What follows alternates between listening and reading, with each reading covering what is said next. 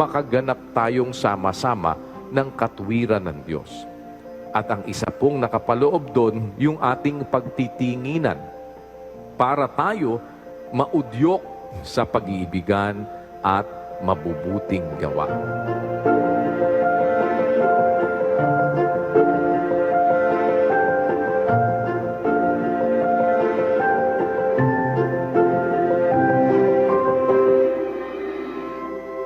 Ang mabuting gawa na itinuturo sa atin, luminga tayo mga kapatid.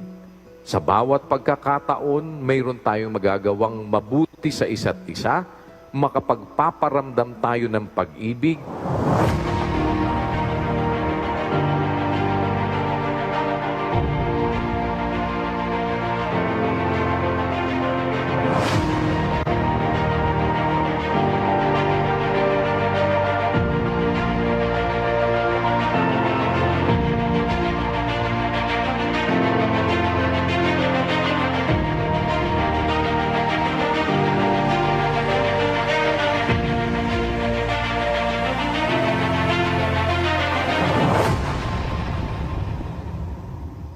Excited na rin kami pumunta dito sa medical mission kasi nga unang-una makakatipid kami. Tapos malalaman, hindi na po kami mahihiya magsabi kung anong nararamdaman namin kasi dito, sa clinic dito, madalian lang, mabilisan lang ang pag-aaral sa'yo, pagtatanong, tapos bigay na ng gamot. At least sa MCGI, talagang pupusisiin kung anong nararamdaman mo, kung anong kailangan mo, lahat ibibigay sa'yo, lahat ipoprovide sa'yo. Nanlibre. Tsaka wala kang aalalahanin kasi hindi ka rin mahihiya sabihin kung ano yung problema mo. Tsaka sa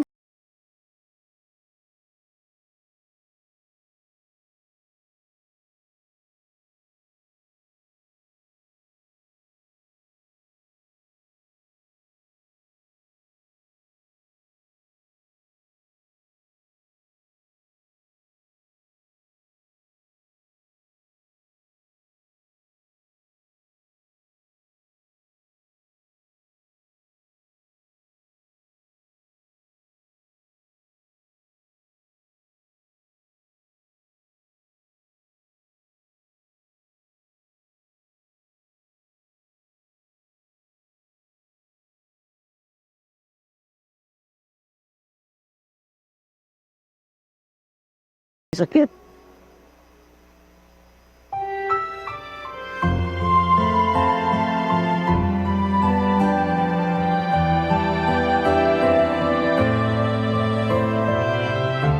ang kapatiran po, kahit saan sila, maaabot mo sila. Safe ka po, safe ka sa kanila. Hindi ka mahihiyang magsabi kung ano problema mo.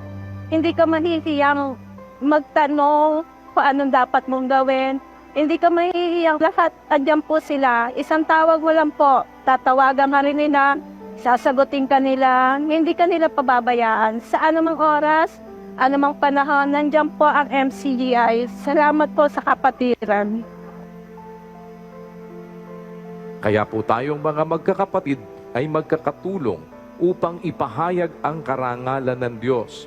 Hindi po ang karangalan ng kahit na sino man sa atin.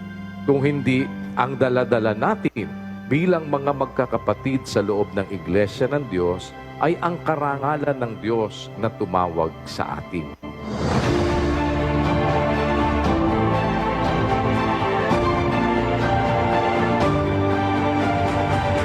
Tayo ay nagkakaisa sa paggawa, nagtutulong-tulong para masunod ang utos ng ating Panginoong Hesukristo.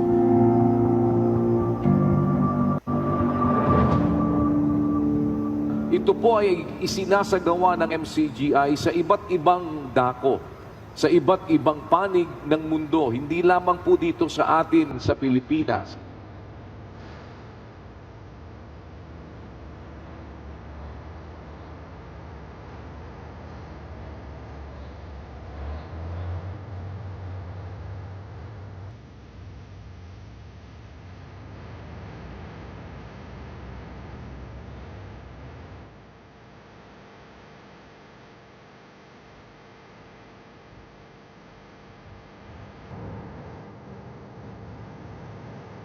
So it's really open for everybody. So I'm glad that they took advantage of this opportunity. At malaking pasalamat ko at sa awa naman ng Diyos, parang narinig po ang ating panalangin. It led us to this. So I praise God na it came to this event. So maraming salamat.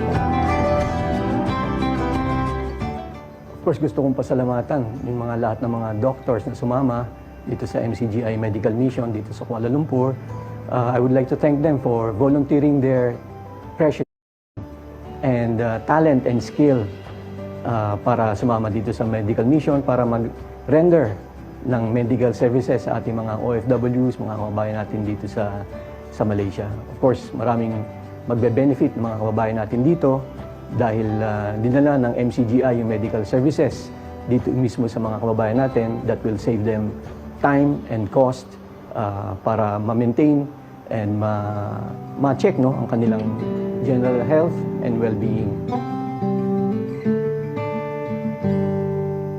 Napakalaking tulong din sa amin na mga OFW na binisita nyo at binigyan nyo ng pagkakataon na makapagpa-check up kami para sa aming kalusugan din. Dahil minsan, naisan sa tabi yung kalusugan para sa pangangailangan ng pamilya. So, ito yung napakalaking tulong sa amin. Actually, tiis bilang ina, dahil nga sa kahirapan ng buhay, so kailangan magsakripisyo talaga para sa mga bata. Especially pag ina ka. So, hindi mo matitiis yung mga bata eh. Actually, tomorrow, yun yung graduation ng grade 12 na anak ko, pero wala na rin akong magawa. Hindi makauwi dahil sa mga kailangan din ng suporta, hindi makaipon. Ngayon lang talaga. Kasi nakita ko rin ang buong pusong pagsisilbi ng mga doctors ninyo sa mga kababayan natin. Talagang kahit na pagod na sila, nandun pa rin sila and non-stop serving and they serve with a smile.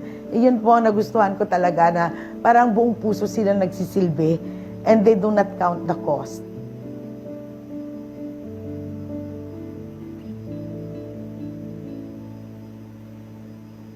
MCGI, yun, nalaman ko na parang clinic ni Kuya to, kaya somehow aware ako sa medical mission na ganito. Nagpapasalamat ako nakarating kayo dito kasi nga libre nga to lahat, kaya from Santa Mesa to Quezon City noon, binabiyahe ko yun na madaling araw para lang maka-avail ng mga libreng serbisyo ng clinic ni Kuya. Kaya ganun din yung ginawa ko dito. Appreciate namin yung effort ng pagpunta nyo rito. Talagang so much appreciated, highly.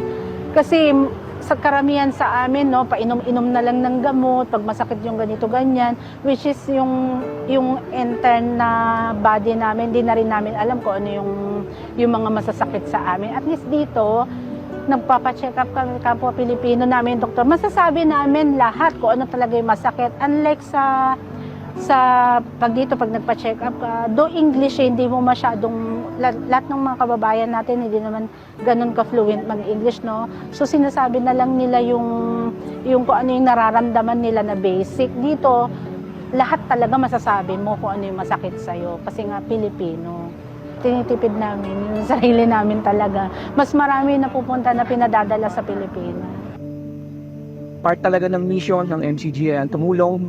It's in their DNA na talagang tumulong po sa ating mga kababayan. So, on behalf of the embassy and everyone dito, maraming salamat again sa MCGI. Let us help one another to fulfill the commandment, even if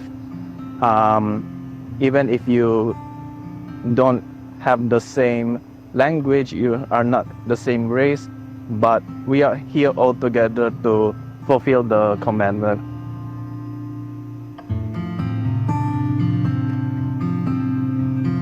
Sinasabi po ng mga kababayan po natin, salamat po may mga ganito services. Dahil ka po minsan,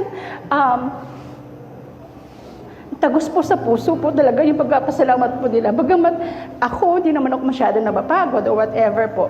Pero alam mo po yun, pag nagpasalamat po sila sa atin, ramdam mo po yung turo sa atin, being member po ng MCGI. Kaya po, salamat sa Diyos, andito po kami, awat tulong sa medical team, makapagbigay po ng unting tulong po sa ating mga kababayan. Ayun po. nagmamalasakitan sa isa't isa. At ang isa sa sinasabi nga po ng kapatid na Eling, pangunahing doktrina o aral sa atin pong kapatiran ay ang sinabi ng Panginoong Hesukristo sa 13 at 34 ng Juan, isang bagong utos ang sa inyo'y ibinibigay ko, na kayo'y mag-ibigan sa isa't isa, na kung paanong iniibig ko kayo ay mag-ibigan naman kayo sa isa't isa.